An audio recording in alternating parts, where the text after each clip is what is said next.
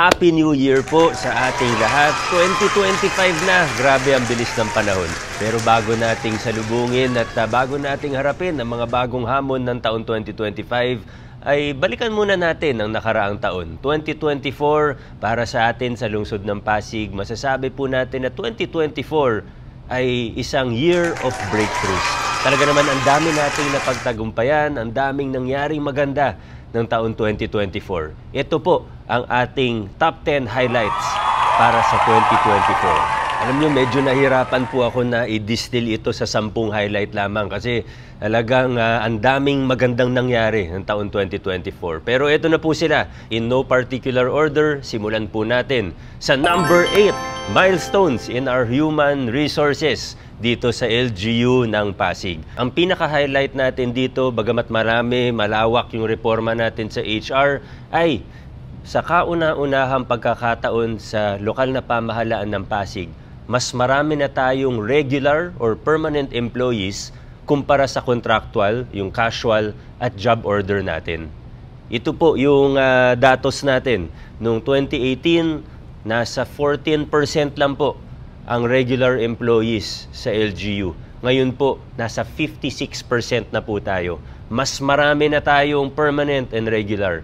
Yung mga JO naging casual, yung mga casual naging permanent po. Binibigyan natin ng seguridad ang ating mga empleyado, nilalayo natin sila sa politika para maging mas stable, mas maging continuous ang serbisyo ng pamahalaan.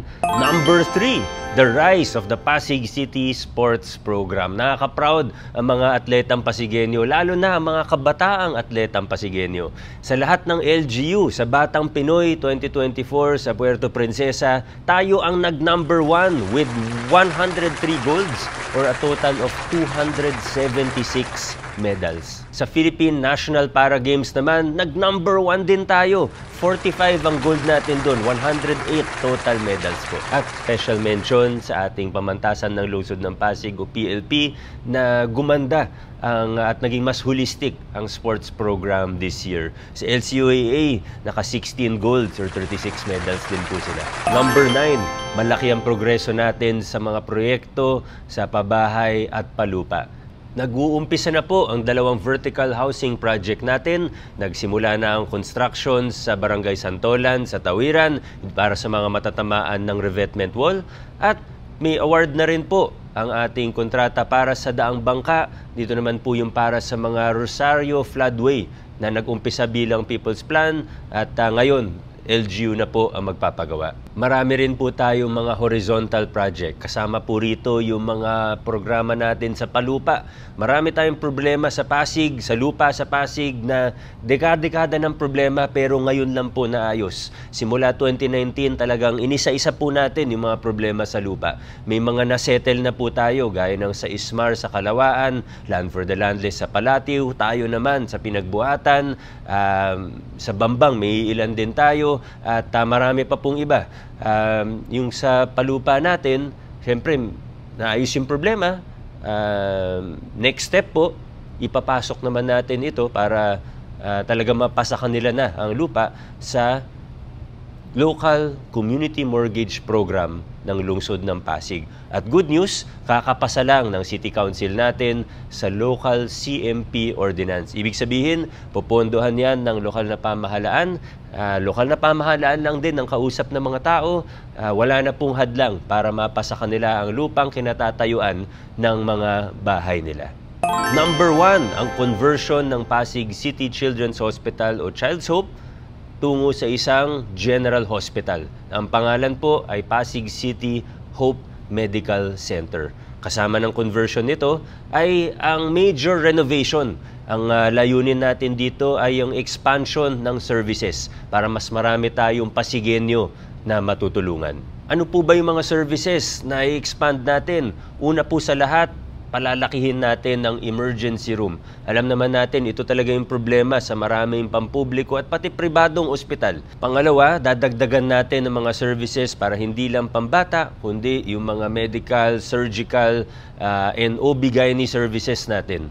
At dahil nabanggit ko yung isang ospital natin, kailangan ko rin i-special mention ng PCGH dahil marami rin improvement sa ating PCGH. Yung supply building na may hemodialysis unit po, yung autoclave, housekeeping building natin, yung mga nagsimula na rin po gaya nung sa cardiac catheterization lab, yung sa drainage and roads around PCGH. At special mention naman sa City Health Department, sa mga health centers natin na bagong renovate. At meron naman po yung mga may permit to construct na galing sa Department of Health.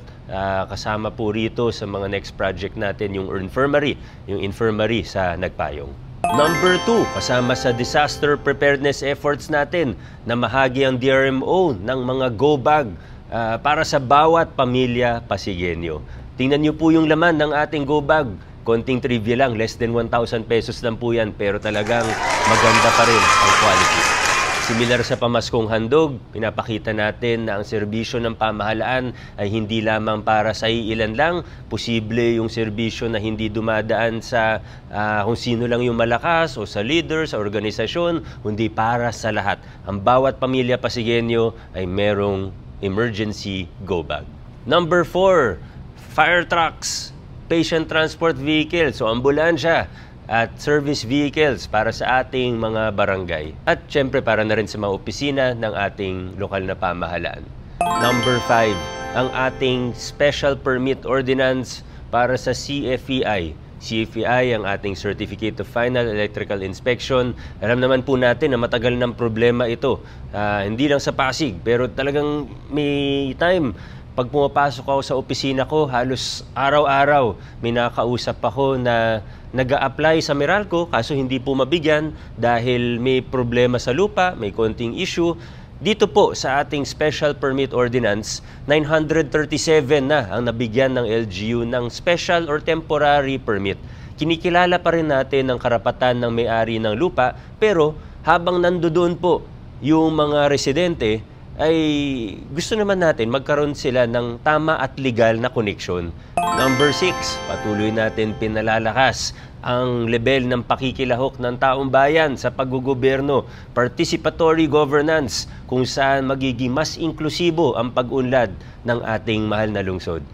Ang highlight po natin dito ngayon ay hindi yung mga efforts lamang ng city government, kundi ng ating mga pamahalaang barangay.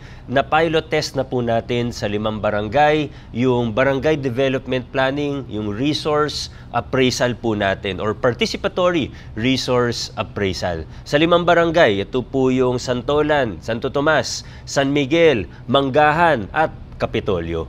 Dito po, medyo mahirap sabihin, Barangay Development Planning, Participatory Research Appraisal. Pero ang ibig lang naman po sabihin nito ay kinukonsulta ang mga civil society organization, ang mga HOA, ang mga ordinaryong residente ng isang barangay. Tinitingnan nila ano ba yung meron na ng mga serbisyo, ano ba yung pagkukulang ng pamahalaan, ano ba yung kailangan pang gawin. Nagbibigay din sila ng mga suggestion, feedback ng panukala nila para maging muli po mas inklusibo ang pag-unlad ng ating mga barangay at ng ating lungsod.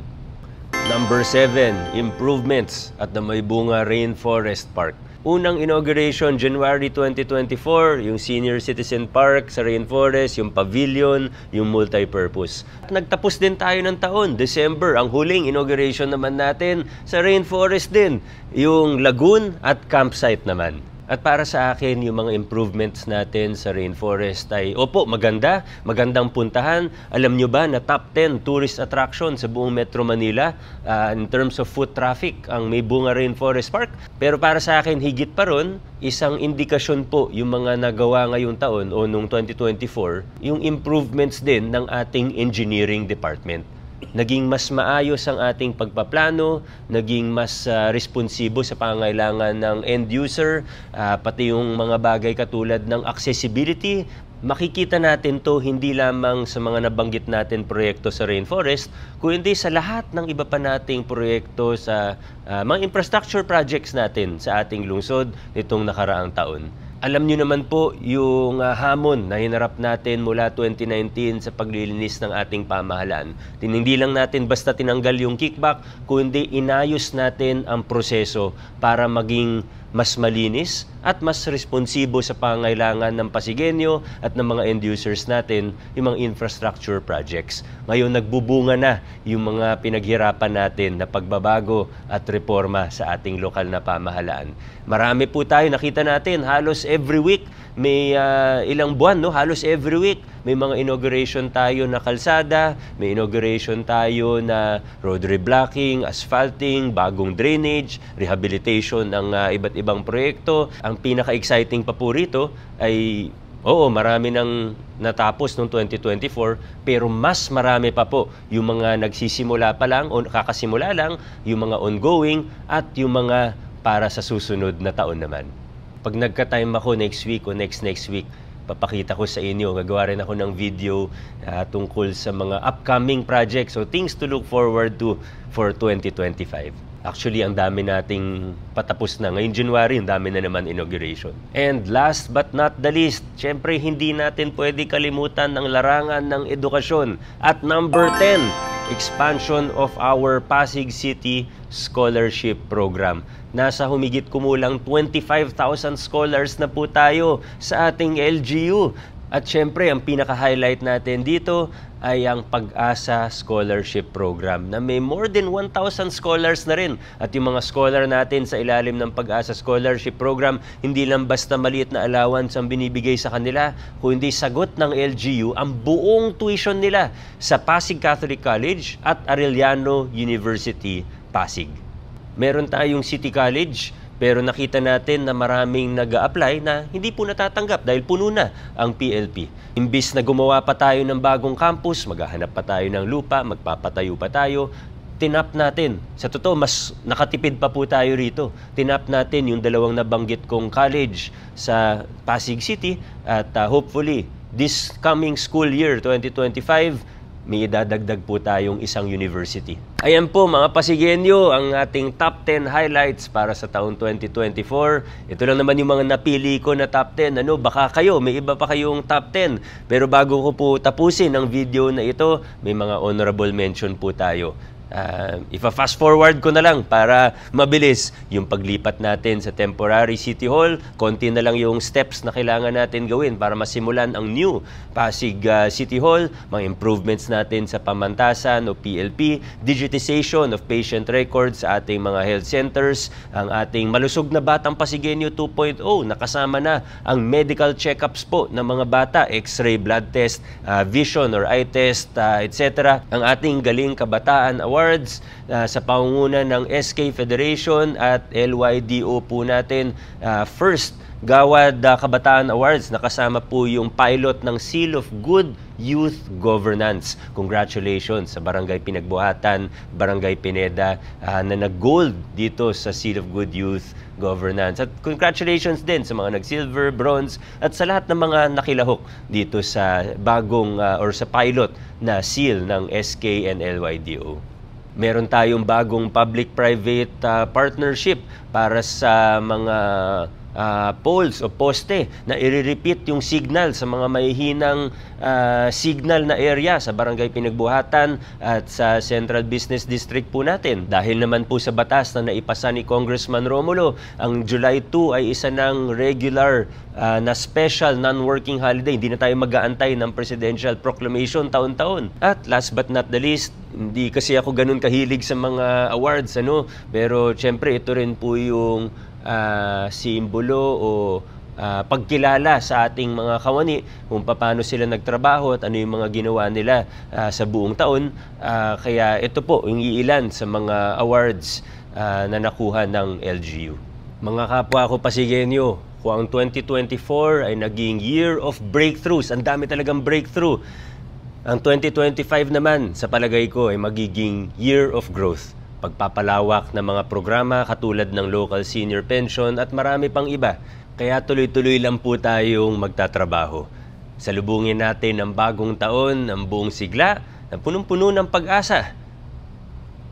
Muli po akong bumabati sa inyo ng isang maligayang 2025. Have a blessed New Year, everyone!